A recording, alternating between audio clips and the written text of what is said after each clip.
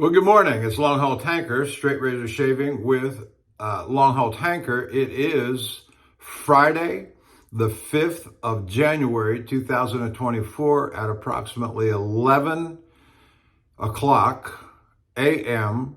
Central Time. And I'm at home in Spring, Texas. I got home late afternoon yesterday.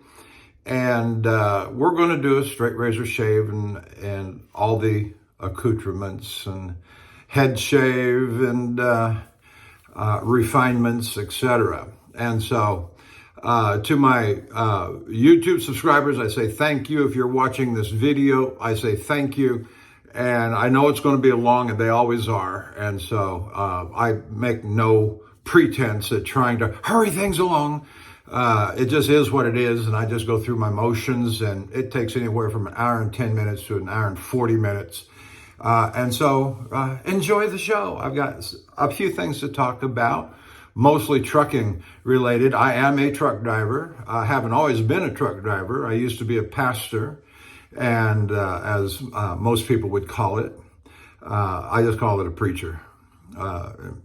Anyway, well educated. I'm not going to make any pretense, but I'm not going to overly brag about it either. And so let's get on with the introduction of the equipment. I've got approximately 36 hours of growth. My last shave was last night. I was home. Night before last, I was in Carthage, Texas on the way home. But the equipment, my primary razor for the face shave today is going to be just my ultra beautiful Boker Count Engelbert II, and the Muslim horde destroyer back in the day. And we say go Engelbert. Very beautiful razor, honey colored horn scales, gold wash, gold etching, those nice emblems on the face of the blade. It's just a marvelous, beautiful razor. I don't think there's anything on the back. Nope, nothing on the back of the tang. Now you might see a little black spot right there. And I think there's a couple of no, that's anyway. Several of us make mention of not touching your carbon steel with alum on your fingers, and that's why. Right there, it will turn your razor black where you touch it. Anyway, that's that. All right, for our soap this morning, I've made mention in the last couple of videos that I have recently purchased 7 new Sterling soaps, and this is one. Allighieri, I think I'm not even going to try, but it's something along that line. And from the soap jar, it just smells terrific. I'm not going to go into all the scents. I'm not a scent guy. It's got patchouli and it's got spice, and it smells good. I'll let you do that. Sterling Soap Company has a well-written description of it. Otherwise, I wouldn't have bought it. You know, I read the description. And the other thing I want to make mention of, as by way of equipment, is my new Sterling Soap Company boar bristle brush. It is 31 millimeters at the knot. It's 50 millimeters on the loft. It's got a sterling green handle, which is quite hefty, very nice for grabbing a hold of. I like a hefty handle, not the itty bitty kind that slip through your fingers and make a mess everywhere when you drop it. And so I'm very seriously considering buying another one, like I needed another one. And then the smaller version. There is a smaller version. I think it's got a 26 millimeter knot. I'm not sure what the loft is, 48 or something. But this just keeps getting softer, and it's so dense on the bristles compared to other boar brushes that I have. And you see my those are my other boar bristles, my horsehair bristles. One side is that extra tall is that Omega, and you come over here, and these are the synthetics. Those are all retired. I don't hardly ever use them at all, and don't intend to. But those boar bristles up there just are bird's nest. They're ragamuffins compared to this thing. This is a real man's brush. And I'm sure the smaller version, which is not that, a couple of millimeters, it's not. Oh, and the other amazing thing to me about this is the price point. It's either $48 or $49. It's less than $50. Well affordable to any budget, in my opinion. And you ought to get one. I'm not being paid anything to hype this thing. This is my independent review. This is a wonderful brush. All right, let that go there. So I got the soap, I got the blade, got the brush all introduced. All right, let's get the lather going. Let me get my face wet again. Had a nice hot shower.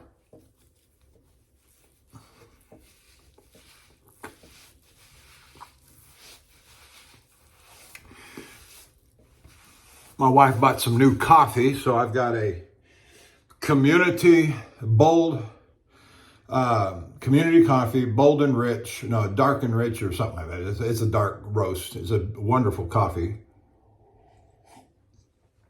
And she also bought some Tim Horton coffee. Tim Horton's largely a Canadian company, and I used to get a cup of Tim Horton when I go up there from time to time, and bought some beans and brought them home.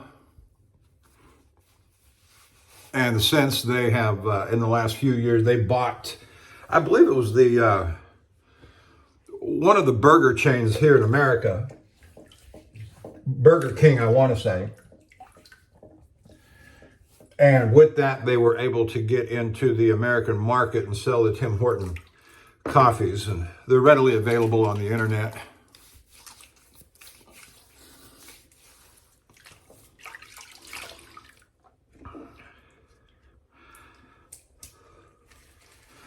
All right.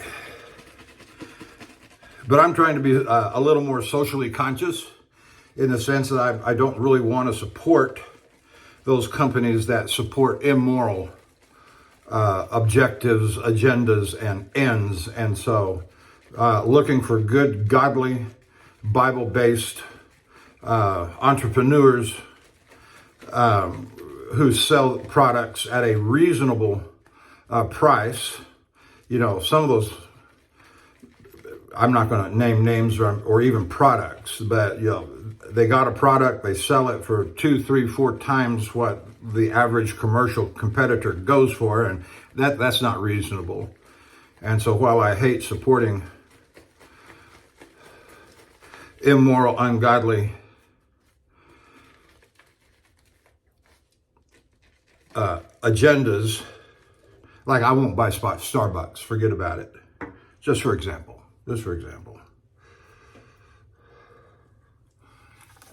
And if that offends you, oh well, sorry, not sorry. I'm sick and tired of placating the whiners. And there's more and more resistance that I'm seeing coming out just along that line, sick and tired of placating the whiners.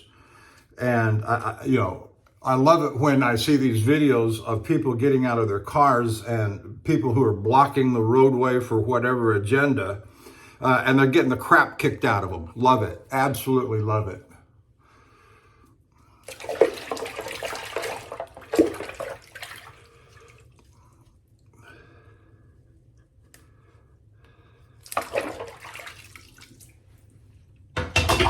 Whoops.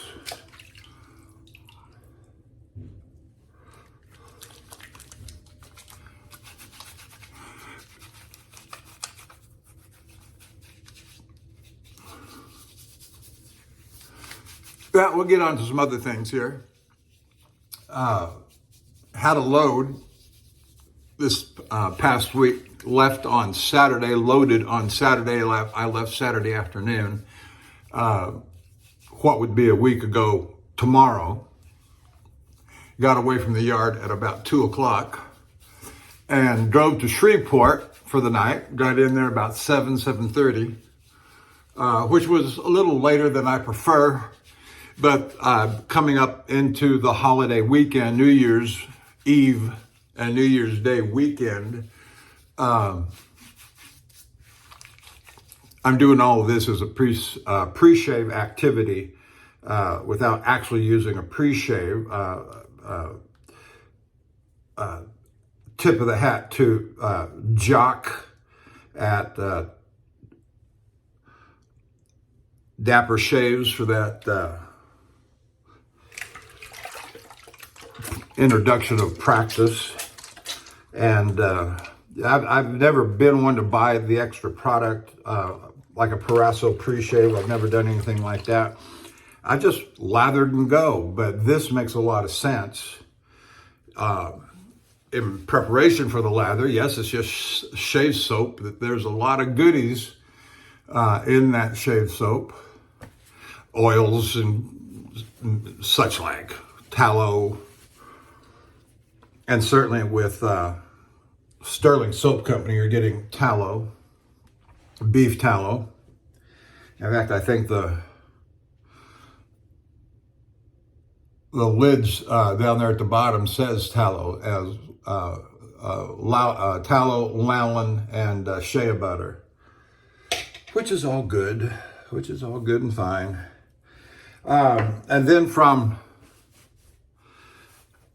Shreveport up to Little Town, when I say Little Town, it's well developed, very modern. I'm not going to say this right, but I'm going to get close. Herculaneum, I think. It's about 10-20 miles south of St. Louis on I-55. And from there into Portage, Wisconsin. And they had on-site overnight parking.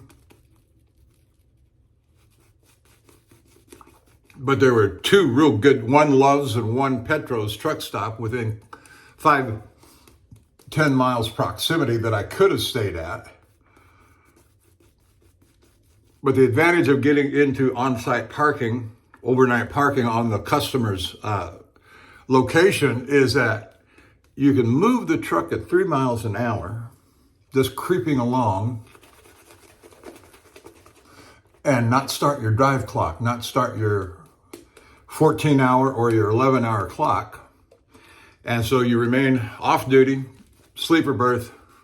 Now, technically, it's against the rules to do that sort of thing during the unloading process, and but nobody really cares.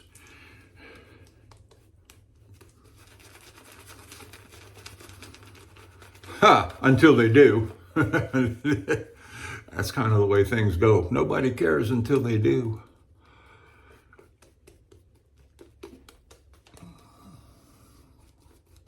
All right. We're well hydrated. We're well lathered. Very creamy, very luxurious soap. I'm excited about these new ones. I've got, it don't matter. Those 7 new ones. I reorganized and counted my soaps, and I've got 33 besides the 7. So now 40 Sterling soaps, and I've got, I think it was 22 other manufacturers like Bear Man and Zingari Man, and a couple of others that I'm overlooking. Not to mention the old vintage like Tobacco, and not counting those that I have in reserve. I've got like 5 Tobacco in reserve. I've got Mitchell's Wolf Fat. I think I've got 3 or 4 in reserve on that one. I didn't count those for whatever reason. Anyway, here we go. Count Engelberg.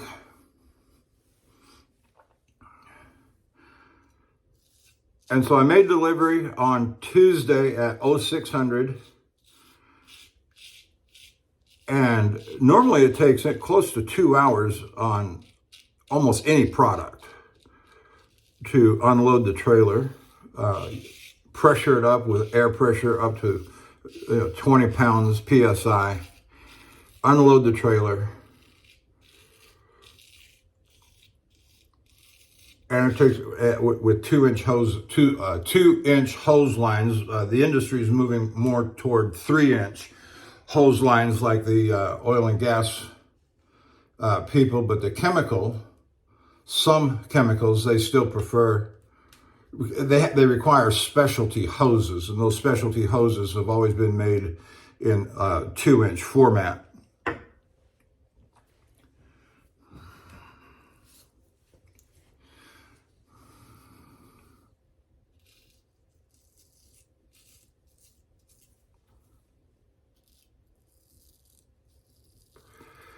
And so, but they had me done in about 1 hour and 15 minutes getting unloaded, which is very fast for a 2-inch hose line.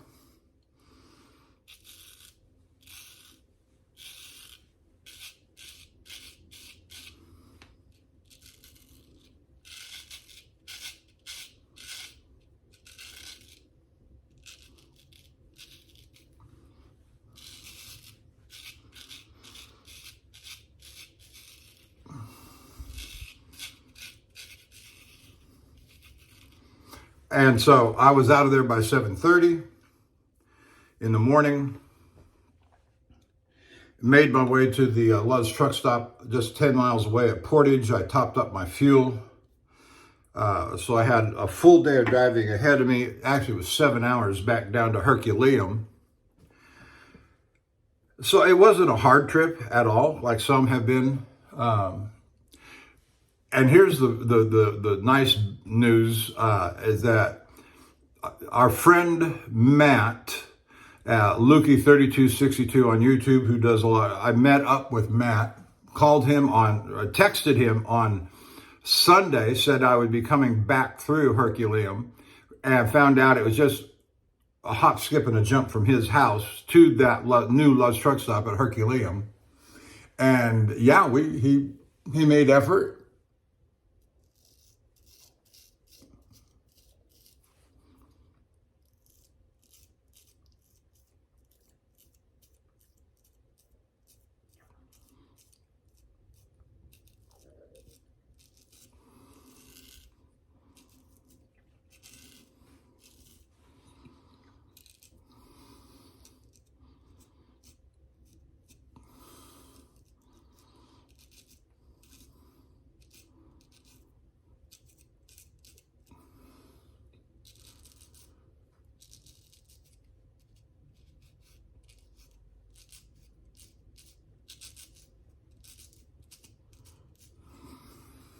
Yeah, he made the effort to come and see me, and it was a wonderful introduction. It was like two lost brothers that hadn't seen each other forever, which we've never met face to face, but we've talked on the phone many a time. We're fellow participants on a forum together, and I've always found Matt to be I've even bought a couple of razors from him, and so we've always had a good relationship. And so to meet Matt in person was just delightful, just delightful.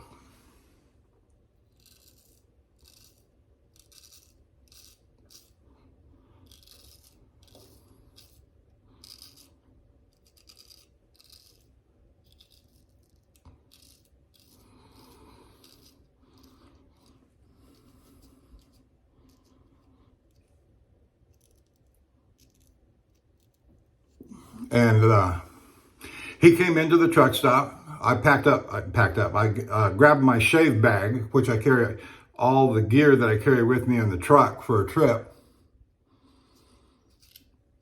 which is 1 7-day roll up, at least one brush, and oftentimes 2 brushes, a strop. Actually, I got 3 strops that I carry with me in my travel bag.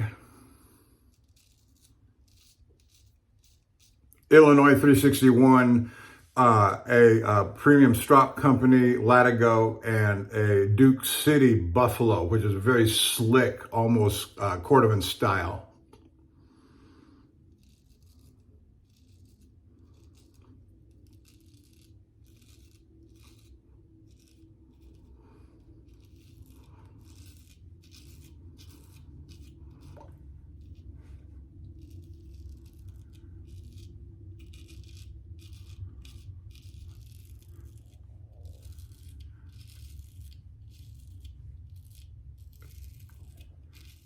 And my travel stones, 4x2 hard black Arkansas, a translucent Arkansas, and a 4x2 conical.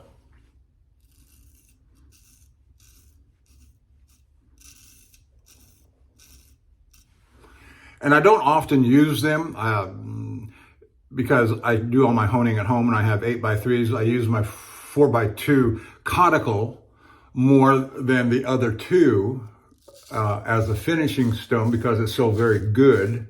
And we talked about that in recent videos about that conical.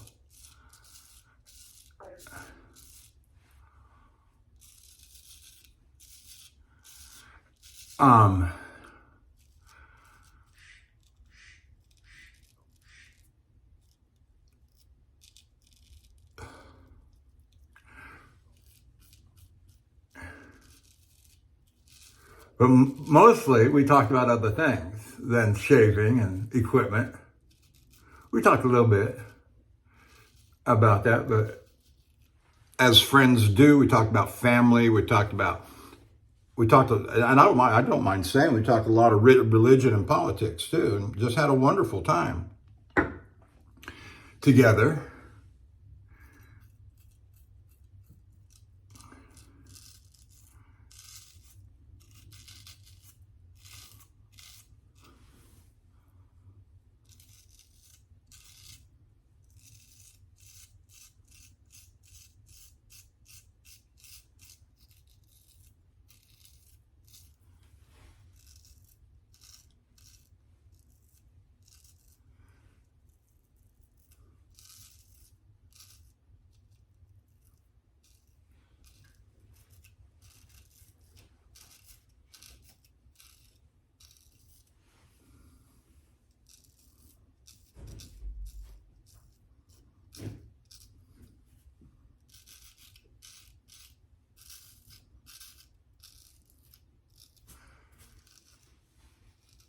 And so had just a lovely time with Matt and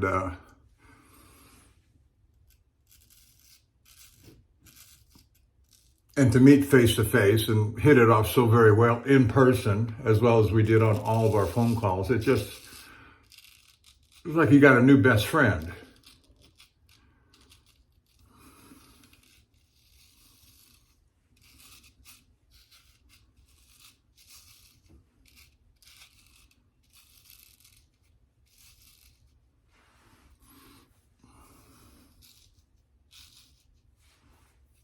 Just lovely, just absolutely lovely. Yep.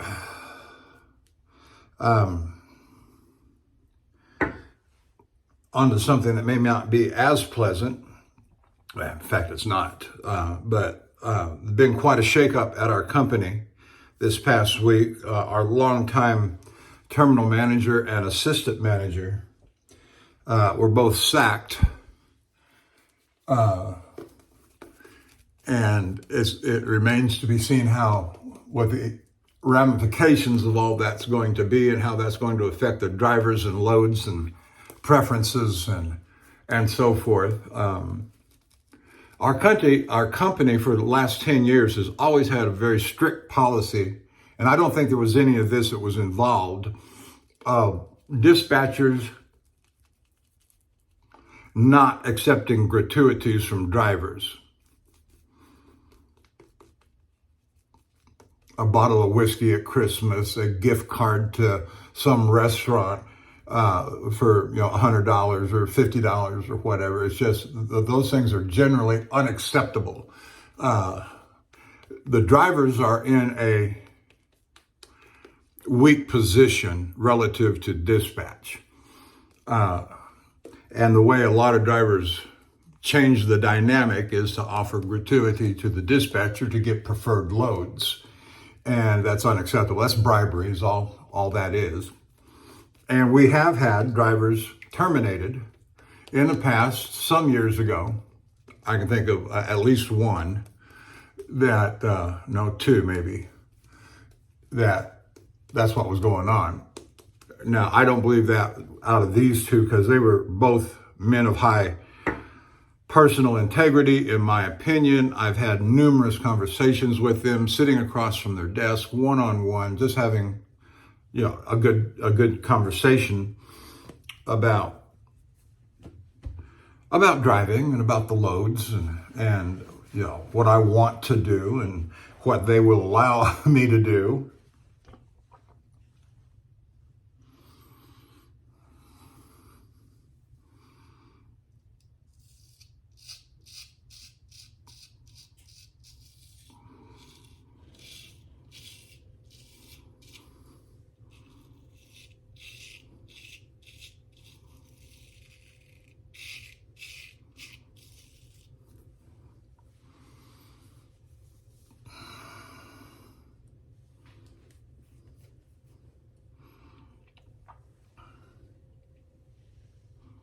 But I intend to stay in touch with and be friendly with, be friends to the terminal manager. He was just too nice a guy to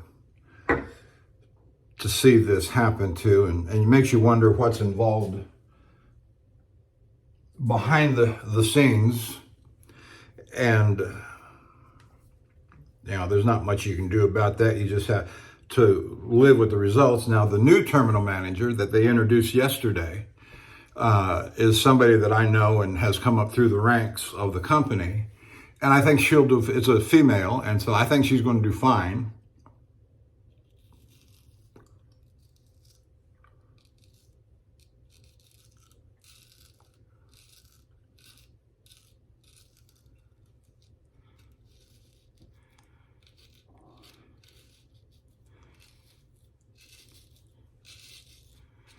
Um, 10 years ago, she was this new terminal manager, was a dispatcher at the Houston terminal.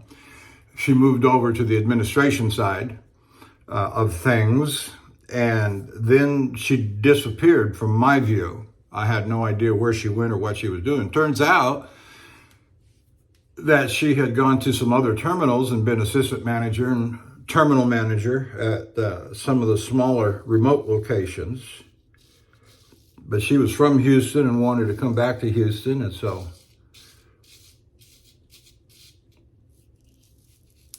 she was in our safety meeting yesterday. When I got back from the when I got back to the terminal, they had a safety meeting, which they always do on Tuesdays and Thursdays for all the drivers to catch, whether online or they do Zoom calls and in person. So you can go to the training room and sit in on the meeting and listen to everybody.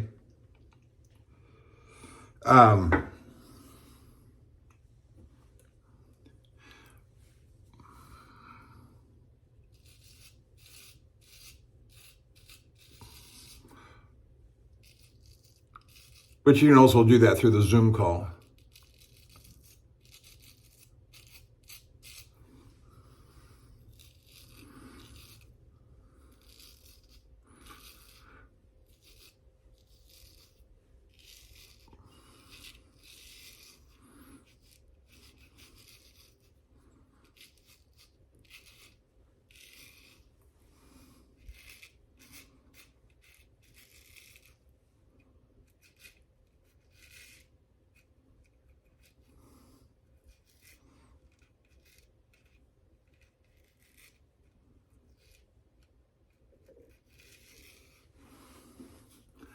All right, doing very nicely here. It's always upsetting when there's such a massive change in management like that, especially in that level of management that's closest to you. and two of them to go at the same time was something ain't right.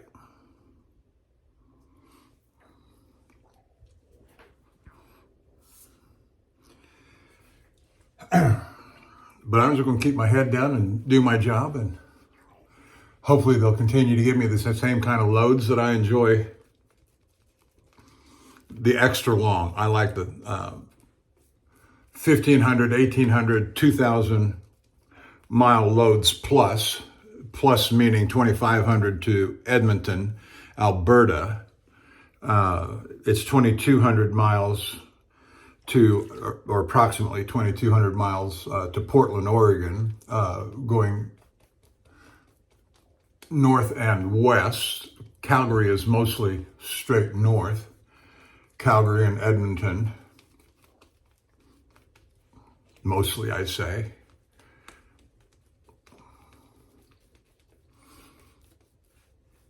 You know, so as long as that continues to happen, I don't, you know, there's just some things you can't do anything about, can't care about. But what you can care about, and what you can do, is the loads that you actually drive. And for the last 5 years, I asked specifically the new terminal manager and her new boss if they plan to make any significant changes. Are they still going to go with the out and back philosophy? Are they still going to try to accommodate the driver as to his preferences of loads, long, short, local, short, regional, 500 miles versus, you know, you got to do a whole lot of Houston to Dallas loads to make any kind of money. You got to do, you know, 3, 4, 5 of those a week. And we have those loads, and we have the guys who prefer to drive those kinds of loads, and that's fine. That's their preference. You know, a lot of those guys are young family men who have, you know, at least 1, 2, or 3 kids at home, and they want to be closer to their family. And that's fine. That makes...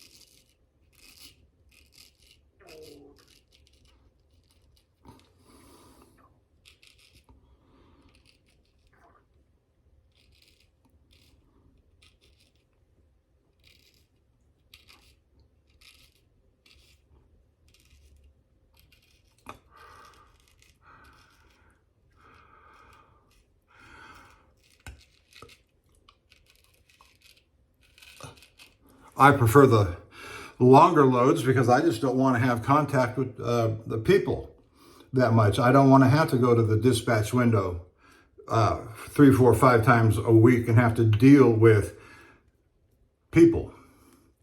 Give me a load, put me out on the road, and leave me alone for a week.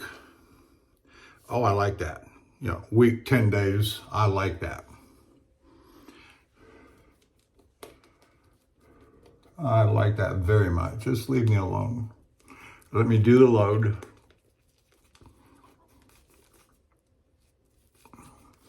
And I've gained my own reputation in my 12 years of employment with the company of being a capable, can-do driver. Sometimes a situation will arise and they'll call me and say, hey, can you do this after you get done? After you get delivered, can you do this? Or I'm coming back empty, and they'll say, we got an emergency and a truck is broke down. He's got a loaded trailer. Can you go rescue the load and take it on for delivery? And usually the answer to that is yes, I can.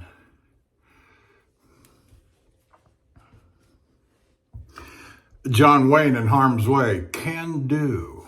Remember that scene? I want to be the can-do guy.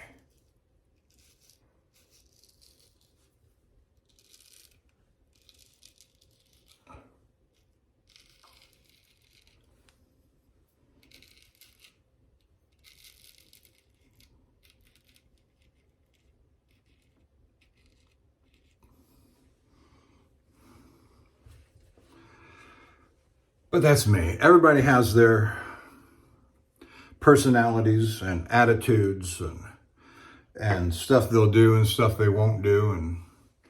And that's management's job, you know, as long as it doesn't become unreasonable and unacceptable.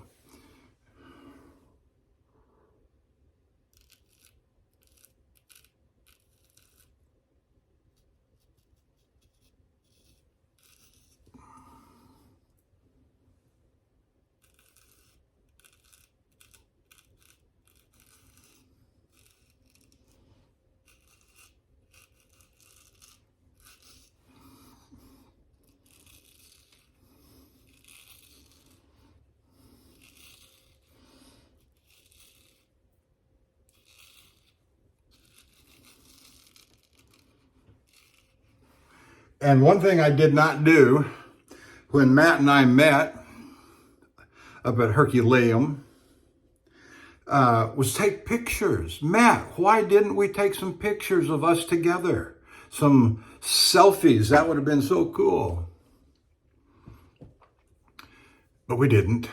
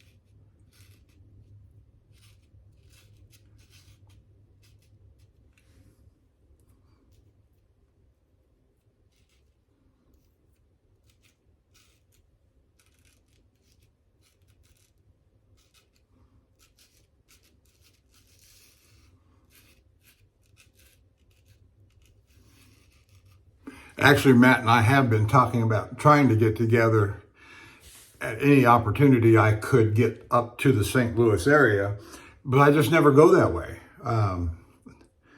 Just never going straight north out of Houston. Going up I-55, you know, from either West Memphis or from Blytheville, Arkansas. Make my way over through Little Rock and go up that way. That's a common up, but usually most of the loads I go Toronto. Now I don't go much to Chicago anymore, but that's I-57 is how you get to Chicago from Houston. You got to get over through Little Rock and make your way over there.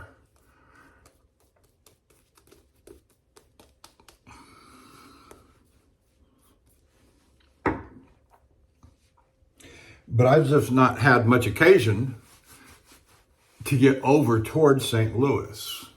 Routing to where I was going would just not be possible. Would be illogical. And so this is the first occasion in quite some number of years that I've even gone up through St. Louis. But next time, Matt, we get together, we've got to get our selfies going.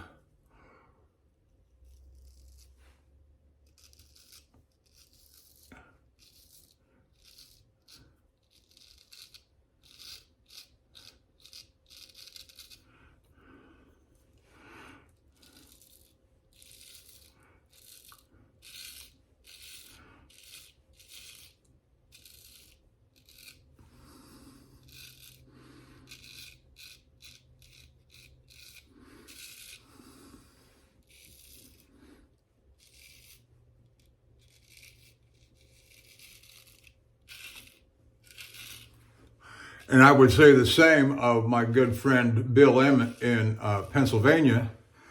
We've been talking about trying to get together, but it has been forever, several years since I have gone up Interstate 81 through Tennessee, Virginia, Pennsylvania. It just hasn't happened. And Bill has said that anytime I get myself over near Carlisle, Pennsylvania to stop, which that's a reasonable stopping place.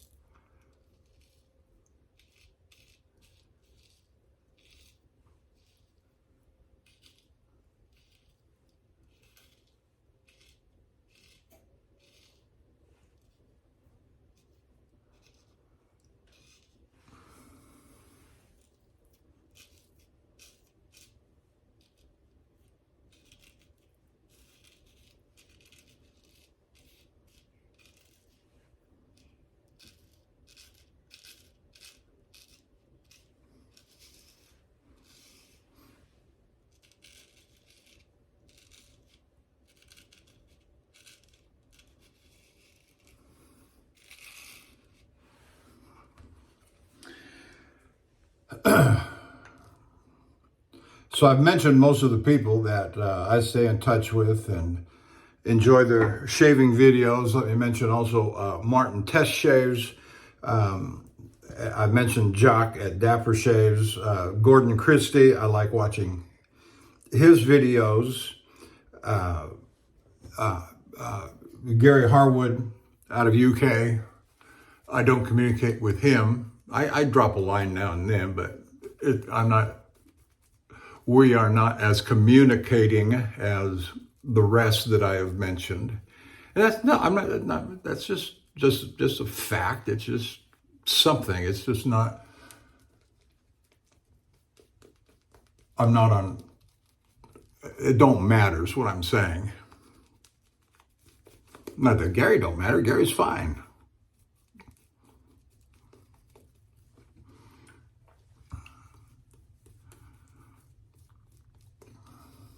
And I certainly don't have as big a presence on YouTube as Jock and Gary and Martin. I don't believe. I haven't counted the numbers, but it don't matter.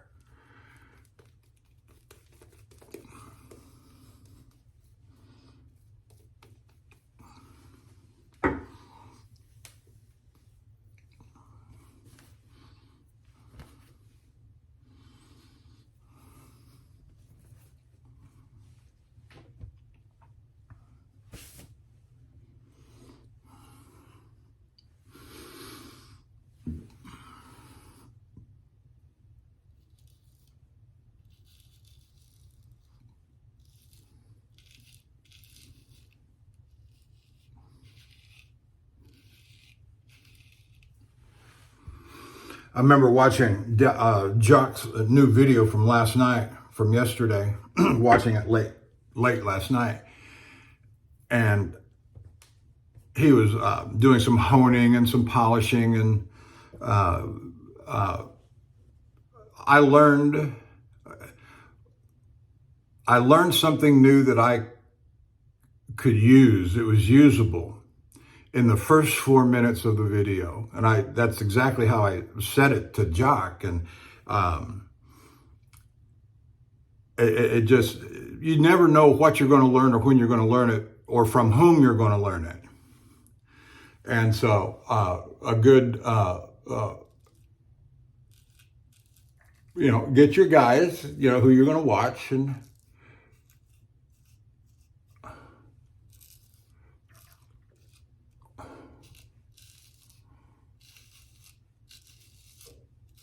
leading advocates, make sure that they are I would say they're just some guys that get up there and post videos, and more power to them. They're just maybe starting out. They want to do shaving videos, but bless their heart. Bless their heart.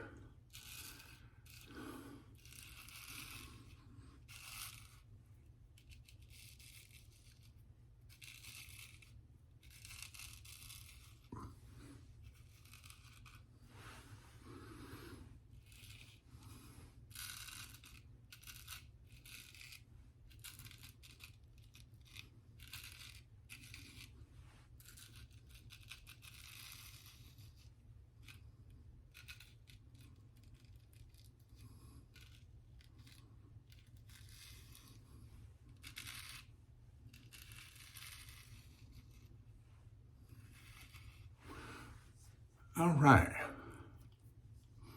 Very nice, very nice.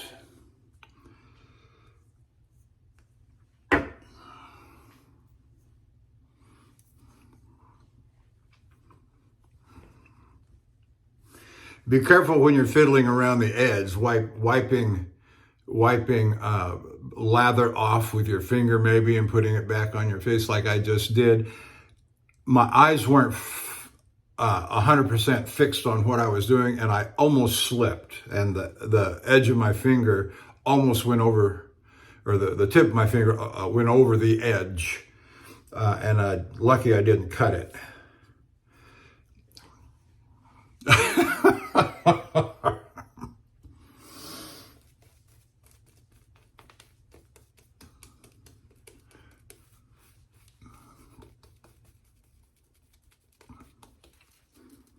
Watch these things are not toys. They are very sharp and potentially very dangerous.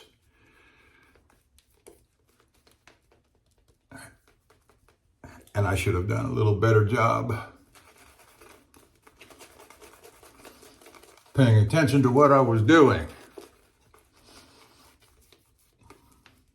But disaster was averted, and potentially lesson learned. We shall see.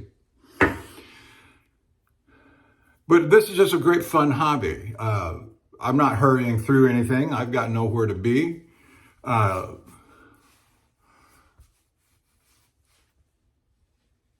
there's a lot of good people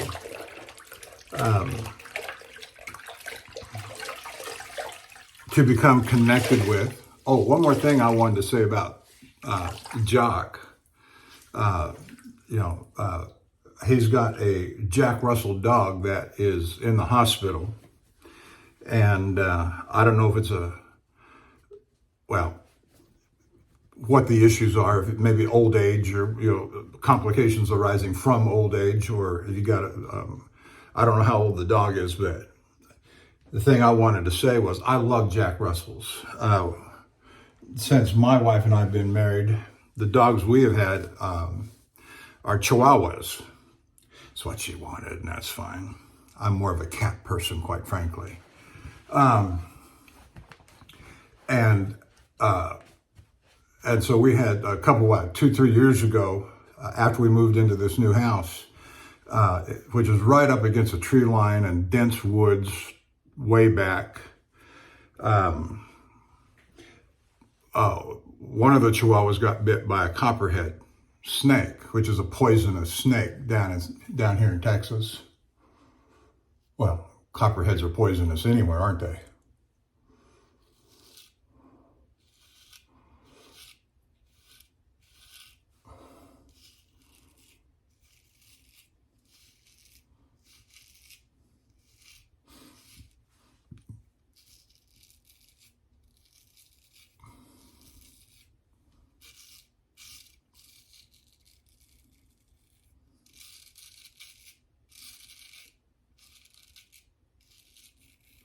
And there's a small stream that runs back there where the trees are. And it's a wide, they call it a green belt area. I don't know if it's a half a mile or 3/4 of a mile, but there is quite a stretch of woods back there. And that's one of the things that attracted us to buy this house or this property and have the house built on it from the developer, and that is the woods. That stretch of greenbelt will never be developed, so we will never have neighbors in our backyard, which is just great. But with that stream down there, the kind of a protected area there, the greenbelt, there's a lot of snakes, copperheads, water moccasins back in there, also known as cottonmouths.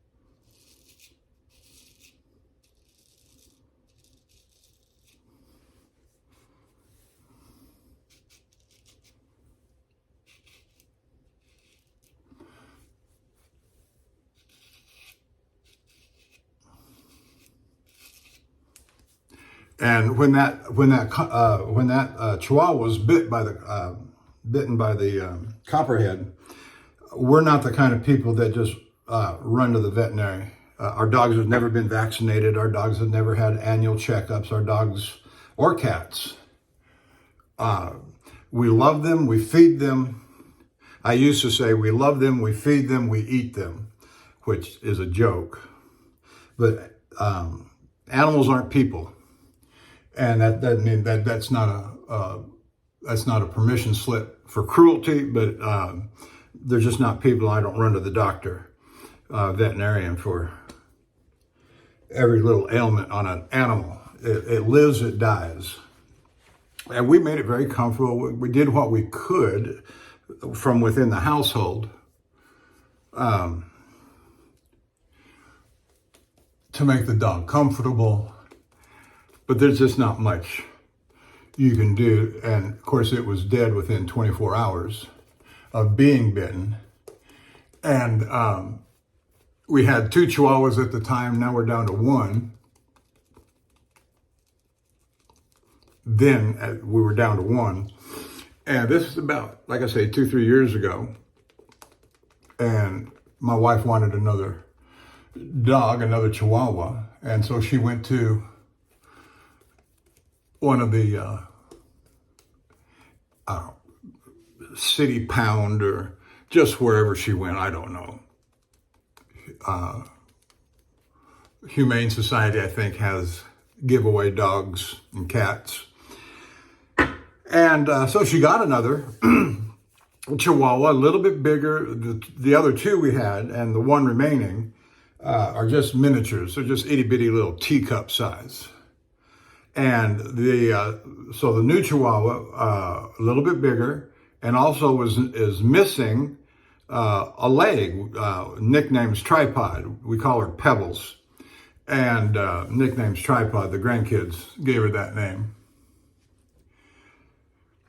And wonderful little dog. I mean, nothing. She's just as loving and come right to you when you call her. And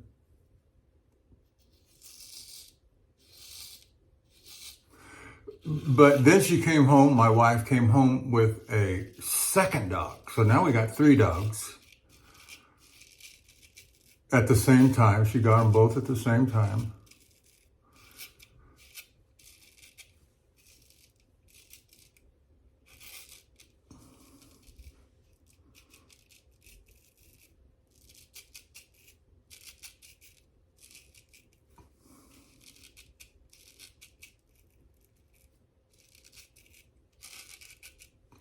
And she was told that it had Chihuahua blood in her, the third dog, or the second one she got from the pound, the Humane Society, wherever she got it.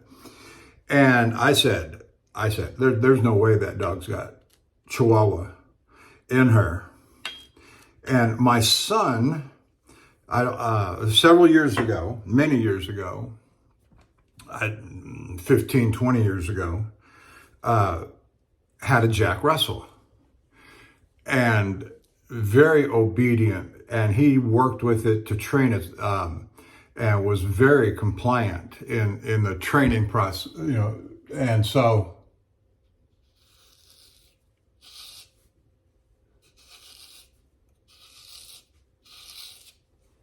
I started looking at that dog. I said, that's a Jack Russell. And so we looked them up on the internet, and sure enough, the pictures and the kind of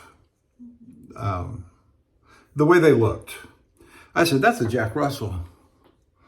And we've never had it officially looked at to confirm, but I am just 99% positive that that's a Jack Russell.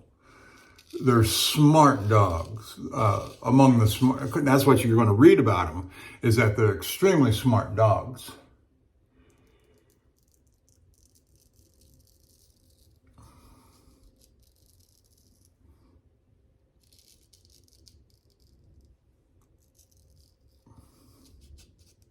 They're, as I understand it, they're rabbit hunters. Originally bred for rabbit hunting, small game hunting, and it is an active dog. It's bred to be an active dog, a hunting dog, more than say a lap dog, a Shih Tzu, or even a Chihuahua. But I understand Chihuahuas are a bit of a hunting dog too.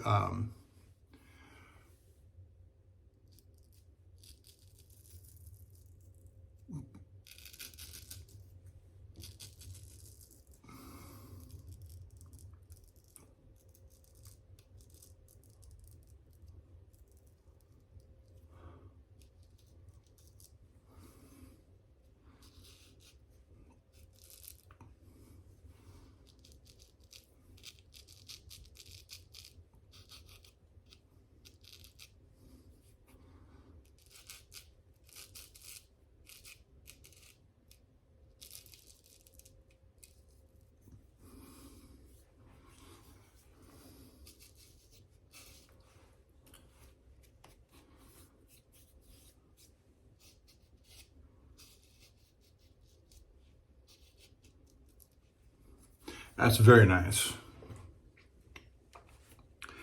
So my best wishes, Jock, to your Jack Russell. It's kind of the upshot of all of that. I have no doubt, you've got a wonderful dog. And I'm sure you know of its qualities, characteristics, breeding, and my best to the dog and to you, and whatever may happen with him being in the hospital.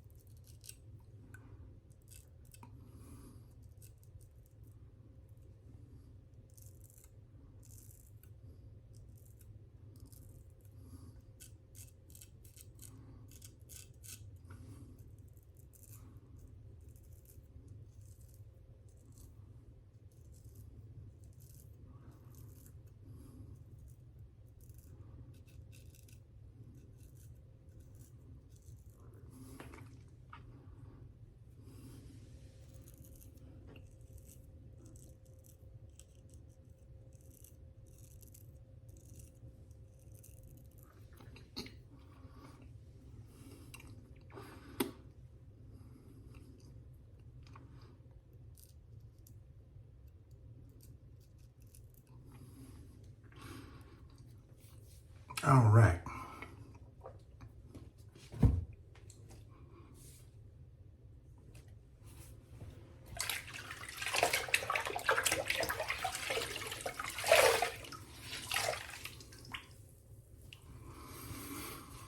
Well, I think I'm pretty much caught up in my stories and things I wanted to share. I like talking about my truck driving experience. I just thought of something. I did have some trouble, like I did going out to Medford, Oregon, with the in-transit heat system. This was a temperature controlled load. And the trailer was delivered to me at 94 degrees. And I made sure the trailer was charged with antifreeze, which the preloaders are supposed to do, but they never do, and it wasn't, so I had to go get it charged up. You know, I got a new truck about 2 months ago from the company.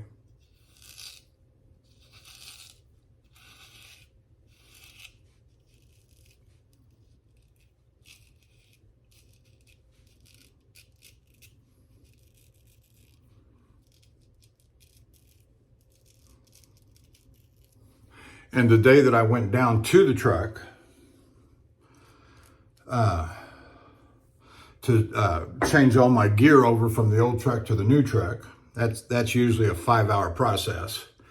Getting it all set up, getting your bunk set up, getting your gear stowed away, making sure the truck is set up the way that you want. By that, I mean air lines, in-transit heat line. My truck was not equipped with in-transit heat lines, and those are rubber hoses that connect to connectors on the back of the tractor that transfer warm antifreeze from the engine to the trailer. That's why the trailer has to be charged with antifreeze, because it takes anywhere from 5 to 10 gallons of antifreeze to charge the trailer. And if it's not charged, it'll suck all that out from the engine. Now you're 10 gallons short, and all of the alarms and bells and whistles go off. Dangerous coolant level,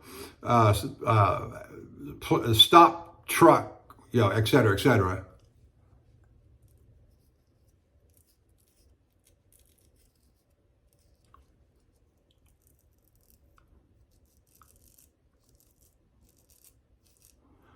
And then you've got to charge the trailer by hand out on the road, 1 gallon after another.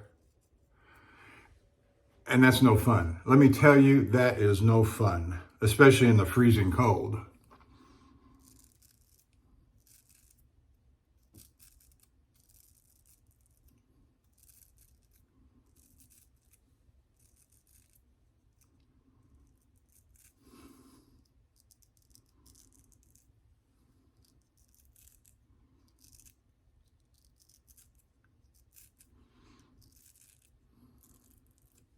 You've got to climb up on top of the engine mount. You've got to get your funnel. You've got to pour it in 1 drop at a time. The engine must be running so it can suck it out of the reservoir and transfer it back to the trailer. And each gallon takes several seconds to suck it out, transfer it back. Then you pour the next one in.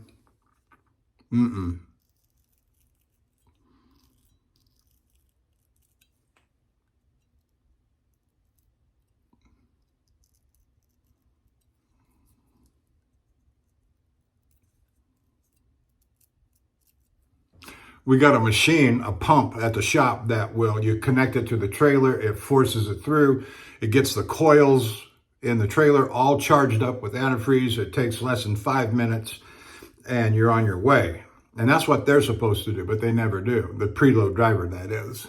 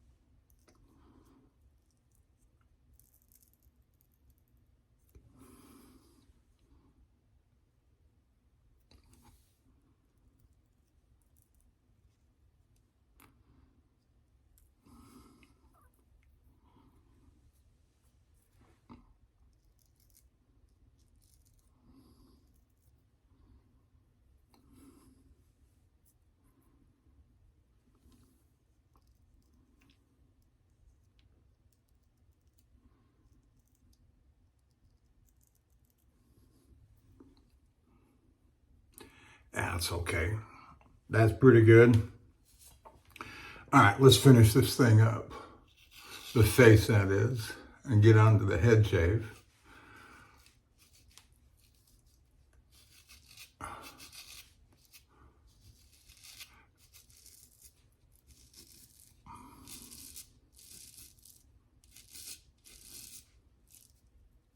So as I say, the trailer was delivered to me at 94 degrees. I took the trailer immediately to the shop and made sure that it was, and there's no gauge, there's no button to push that'll tell you how much antifreeze is in the trailer. And so you've got to go back there, you've got to have them hook it up and run it, make sure that it's full. The trailer is full of antifreeze.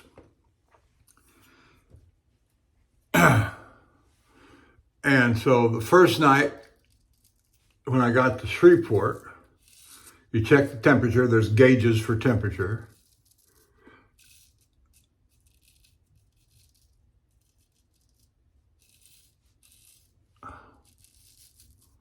And on this trip, those gauges were on, that gauge was on the back of the trailer by the discharge valve.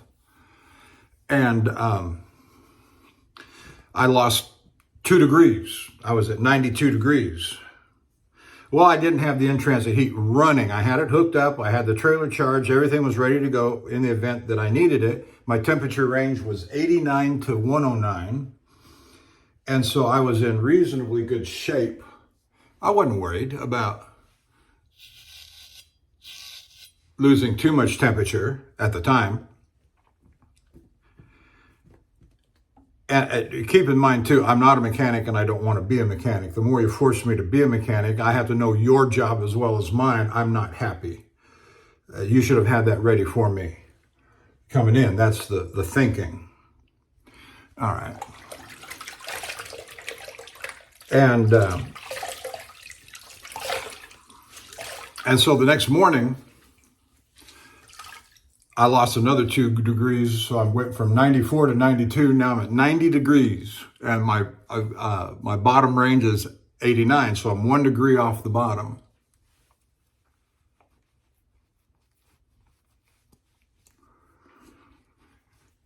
And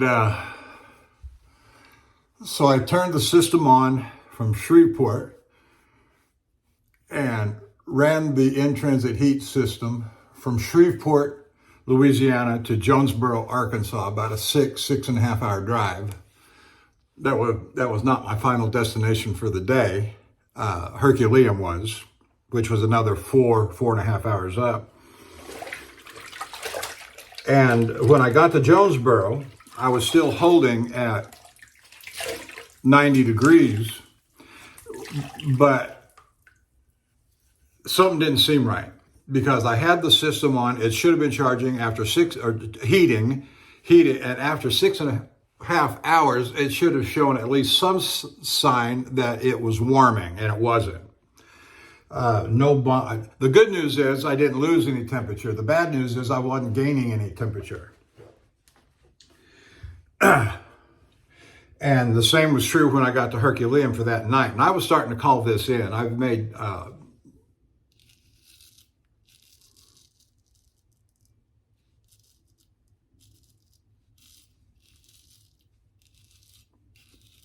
after 6.5 hours from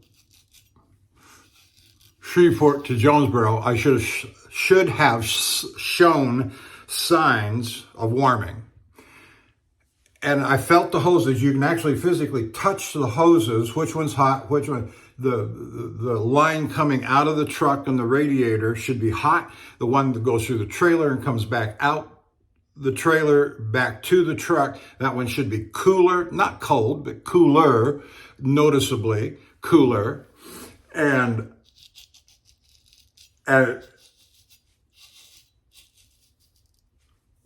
there were stickers on the back of the trailer that said inlet valve, outlet valve, or line. It said inlet valve, line, inlet line, and outlet line. And it was the outlet line that was hot and the inlet line that was cool. But the connectors were wrong. So what ended up happening that night when I got to Herculaneum, that Sunday night, is that I took the nipple connections off of the hose lines coming from the truck and reversed them. Now I've got the inlet line is the hot line and the outlet line is the cool line. And so the next day I ran it to Portage, Wisconsin. The next day was delivery, or Sunday night to Monday. Then Monday night, when I actually got to the site,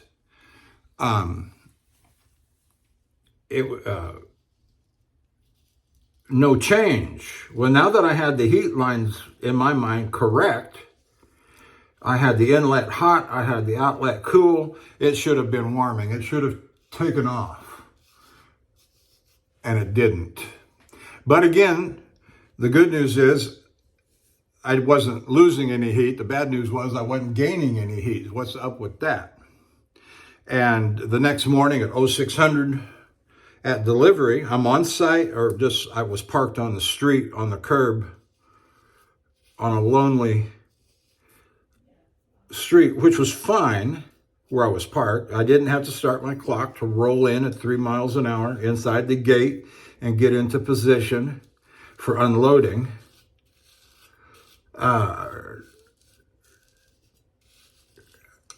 I came in at 88, 89 degrees, and they were satisfied, and they took delivery of the product. But I had no idea why it wasn't heating, and I was not happy about it all. And then to find out what happened was, and I talked to my shop manager about it yesterday when I got in. I said, I think what happened is that when I changed all my gear over to the new truck, and the new truck did not have the in-transit heat lines on it, I made the suggestion to the shop, go get, because I had top quality black rubber hoses, both for the airline and the in-transit heat lines. I said, go get those hoses and put them on this truck. The airlines on the new truck were the cheap red-blue plastic, and they're a waste of material. They are flimsy, they wear out, they fade in color, they are not very resistant to wear and tear.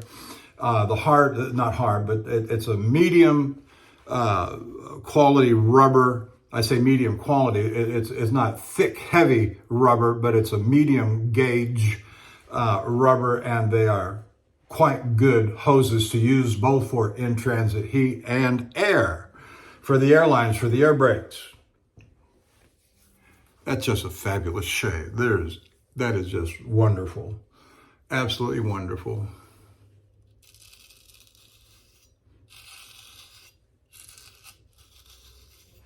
And I love shaving with this razor. It's just the right size. Ergonomically, it just fits in your hand. It's beautiful to look at. Honed up on a hard black Arkansas. All right, I'm gonna set that aside, dry it completely down, and move on to the head shave. And so what we think happened is that whether they used new hose or whether they used the hoses off of the old truck, what we believe happened is that whoever hooked up the hoses did not hook them up to the right connections on the back of the tractor. They put the hot line on the cool side and they put the cool line on the hot side, and that reversed the fittings. And so I had to change the fittings. And so the only explanation that we were able to come up with why the product did not warm on that last day, and that was a 7-hour drive from Herculaneum to Portage, Wisconsin, the only reason it didn't warm is the nature of the product, which I don't understand. That's beyond my pay grade to understand. It just didn't, but it didn't lose so much temperature that I couldn't deliver it, that I was not rejected. And I've been rejected at places before. because of temperature. I'm remembering a story from Estevan, Saskatchewan, where that happened. And it caused a 14-hour delay. It was freezing cold. I had to run from Estevan to Winnipeg, which is not a short drive. It's about a 7-8 hour drive.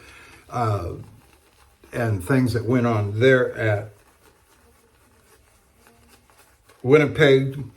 The next morning, when they were supposed to charge the trailer,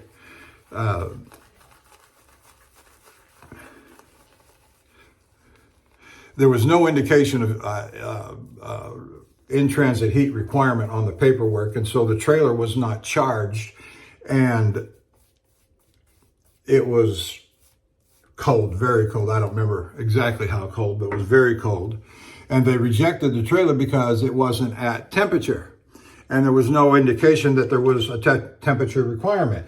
And so that's not my fault. It's not my company's fault. It's actually the shipper's fault for not informing my company and me, the driver. We do only what's written on the paperwork. Anything other than that would be, what? What are you doing?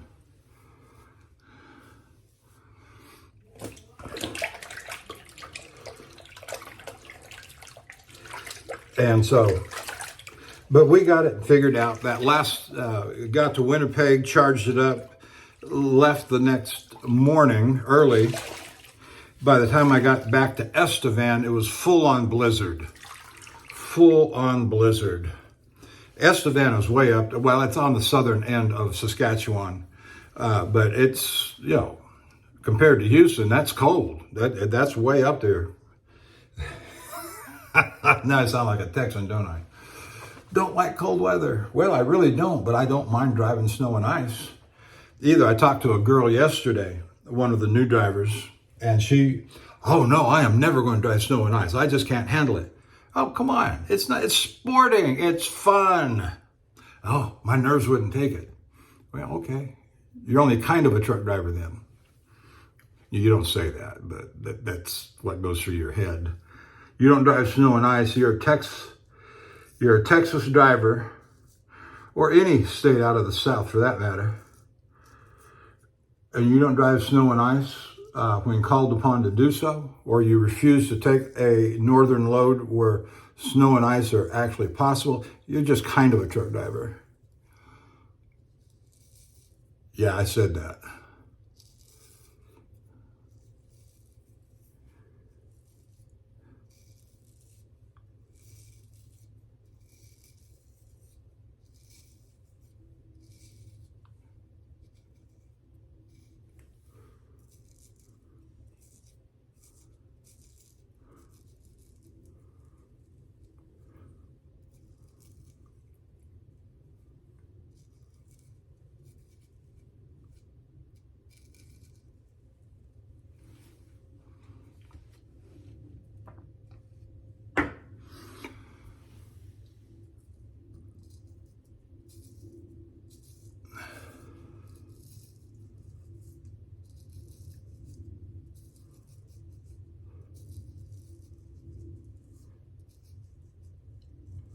Ice is more dangerous than snow. Snow is dangerous.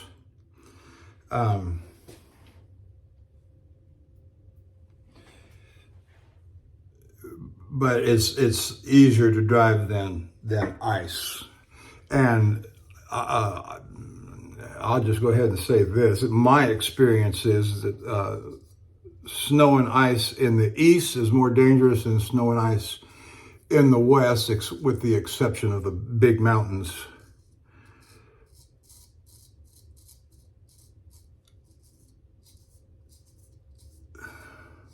But I've driven through blizzards in Wyoming and Colorado.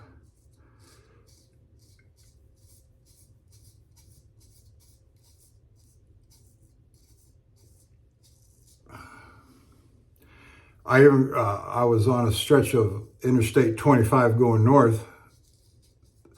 When we got to Casper, the road was closed, and so I had to duck into a truck stop and find a place to park, and the road had been closed. I don't know if I've told this story. All right, here we go. End of shave bonus story. I knew it was supposed to snow. Forecast was for snow coming out of Denver, going north, Cheyenne, Casper, and beyond. And it was coming close to 5 o'clock in the afternoon, 1700. And I stopped at the Love's Truck Stop in Bennett, Colorado. It was the middle of the driving day for me. And took a shower because I wanted rush hour to pass through Denver. And that was a good time to just stop and take a shower and shave. I may even have a video from that. This goes back, maybe not. But anyway,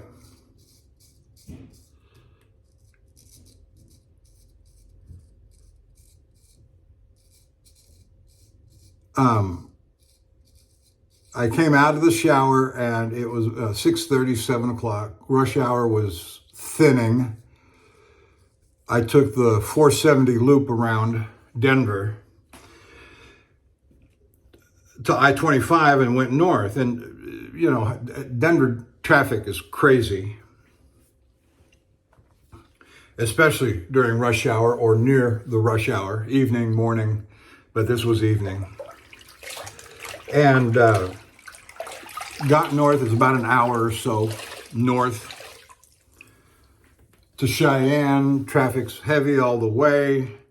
Thins out just a little bit the closer you get to Cheyenne. And it was light snow. Nothing, the roads, the pavement was clear. Maybe a little bit wet. I don't think it was freezing temperatures or just maybe, 30 degrees maybe. And got north of Cheyenne and it's clear. Got north of Chugwater, it's clear. Chugwater is just a little small hole, but it's the next town, sizable town north of Cheyenne. But the further I went, I'm still, I don't know, hour and a half, 2 hours from Casper. The snow starts to come down fast and furious.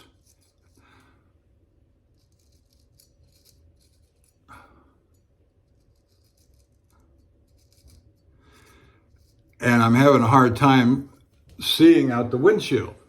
It's so thick, the snow is so thick and blizzard. Now, and it's starting to stick on the road. The thing that got my attention, and it was kind of like one of those revelations, there's no traffic. Where'd all the traffic go? There's nobody behind me. There's nobody coming at me south from the southbound side.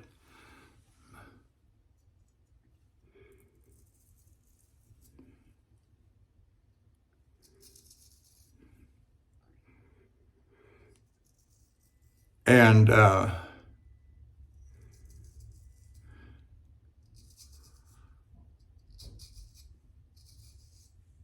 there's no tire impressions in the snow on the road. So I'm having a very hard time even seeing where the road's at. And what I use, again, there's no traffic around. I'm the only person out there on the road, I-25 north, headed toward Casper for an hour and a half. Nothing's going on, nothing. Nobody else is out there. And the only thing I had, now when you get up into snow country like that, on the side of the road, on the left side of the road, at the edge of the pavement, they have these, every several feet, they have these delineator posts up, reflective delineator posts up. And on the left side, the edge of the pavement, they're yellow. On the right-hand side, they're white.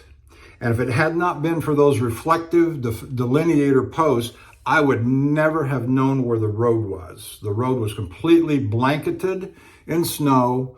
You couldn't see lines, the lines for the lanes. You could not see tire tracks in the snow because there was no other traffic around. And so I just drove right down the middle of those delineator posts, yellow on the left, white on the right, right down the middle. Of course, you know, in real terms, you're just driving down between the lanes. And when I got to Casper, as you're coming into Casper, as in a lot of those western towns in the mountains, they'll have gates, big gates that come down when the road is closed. And as you approach those, 1 mile, 2 mile, 3 miles out from those big gates, there will be gigantic yellow flashing lights. You can't help but notice them. They're so big and gigantic.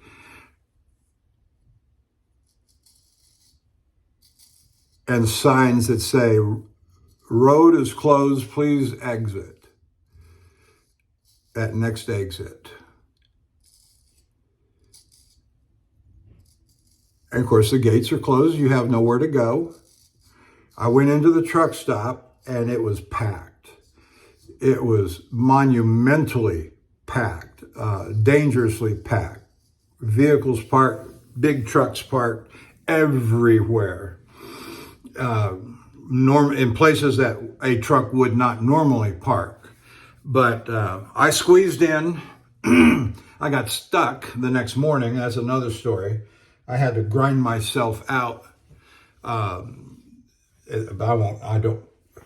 don't want to tell that story right now. There's not enough time, and I've already burnt up an hour and a half. But that was something else. I wouldn't say that I was scared, because once I figured out what I was doing with those delineator posts, it was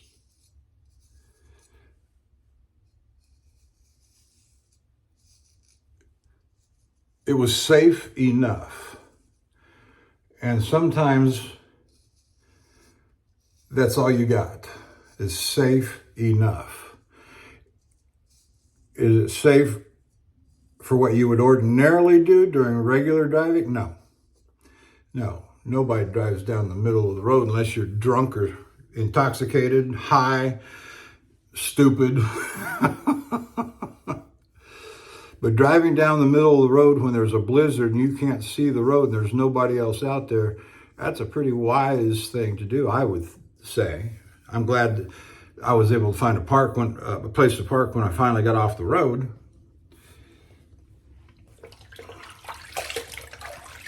Almost done here. We're going to do the back of the neck. I say back, got the almost done. We got the refinements to do next.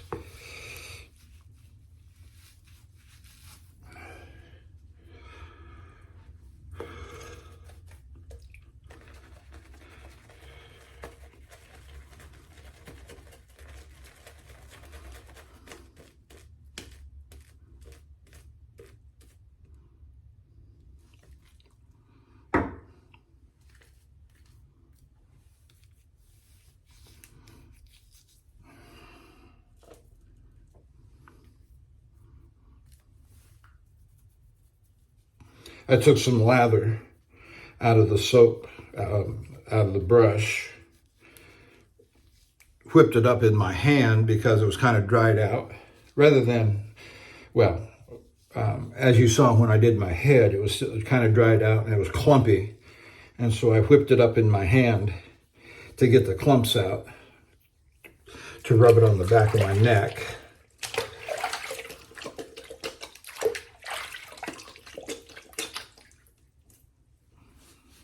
And if you're staying with me this long, thank you so much. Your viewership is greatly appreciated. Feel free to drop me a line in the comments if you wish. Be polite, courteous, respectful. I will be the same. If you're not, why should I?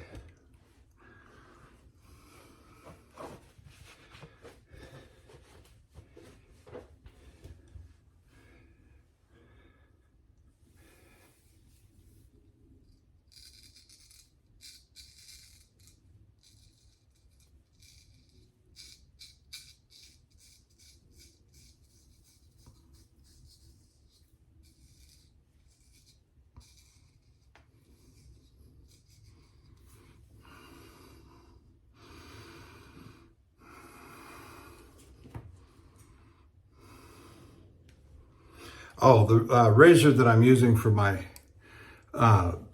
head shave and neck shave is the Gold Dollar 1996. One of the first models that was shoulderless.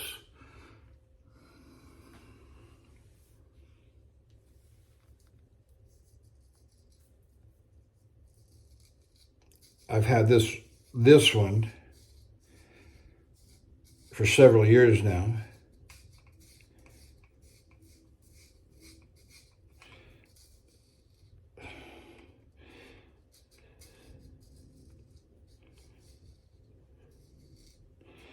Something I've noticed about the union razors that can be had at the truck stops, Love's Truck Stop, and I think others are selling them also. And I've got, I think, 4 or 5 of them. I probably won't buy another Gold Dollar. I probably won't buy another union razor. I've got plenty of them, don't need it. But one of the things I've noticed in the stores with the union razors is that they're using a cheaper plastic, as if that were possible.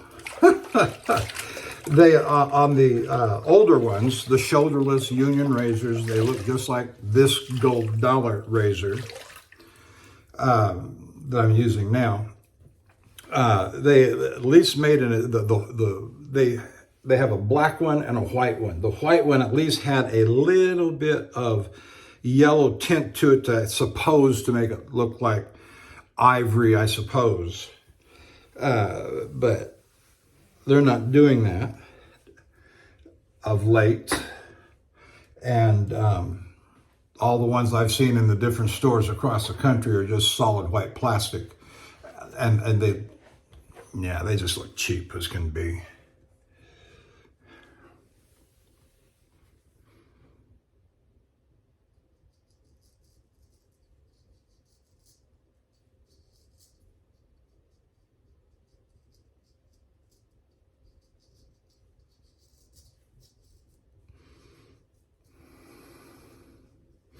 If I remember right, and based upon the reflection of the apex of the bevel, I do believe that this was honed up on the Shetland glass 30,000.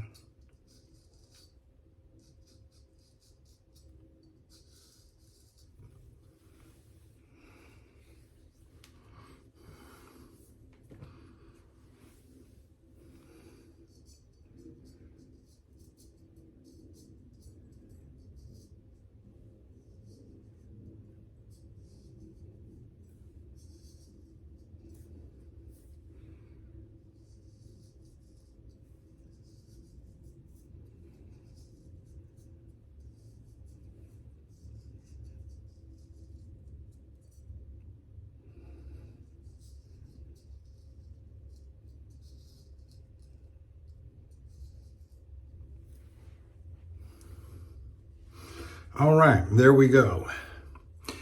And we are done. I'm going to watch movies with my wife this afternoon. Progress is being, well, I'll talk to you about that when it happens, so never mind. That happens, you know. Mouth engages before brain. All right, so Gold Dollar, 1996, no big deal. Nice wood. Beautiful, beautiful boker with the horn handles, the gold, the markings are just, and the sculpting on the spine. This is just a beautiful razor, and I can't wait to get home when I'm out on the road to shave with this. We had the exquisite, and I'm still a decidedly Badger sort of guy. I've got my Art of Shaving right here on the counter all the time. I've got 25 more Badger brushes, including the Plasson number 20, 30 millimeter. I got Manchurian Badger Simpson, Chubby 3. I got the Chubby 3 and the Super Badger. So I've got numerous Badgers that I just absolutely love. But I am so impressed with this boar. And when I had to have it, number one, when I saw it. It looked like a top quality when I saw it on the advertisement. Now that I have it, I am not disappointed. And I've said before recently that if I were stranded on a deserted island and I was able to have a half a dozen of my brush, this would certainly be one of the half a dozen that I would have. And so consider a $50 purchase. To get this one of the two, the large one, the 31, or the smaller one, 26, I think it is. And you won't be this is a top quality, the best boar I've ever seen on the internet. Somebody show me another boar with a 31, 26, 28, 30 millimeter densely packed boar bristle. Most of them are so thin and so small that they just, and that don't suit me at all. But this one is nicely packed, and you know, it kind of looks like Boris Johnson right now with a wild stock of hair, as I humorously say, but it dries up tight. Almost to original shape when it dries up. And this is a lovely brush. Go get one. All right, I'm done. Thank you for joining me. I don't expect to get called back out on my next load until at least Tuesday of next week. So if that's the case, I'll probably have another shave video coming. Talk to you soon. See you down the road. Thank you.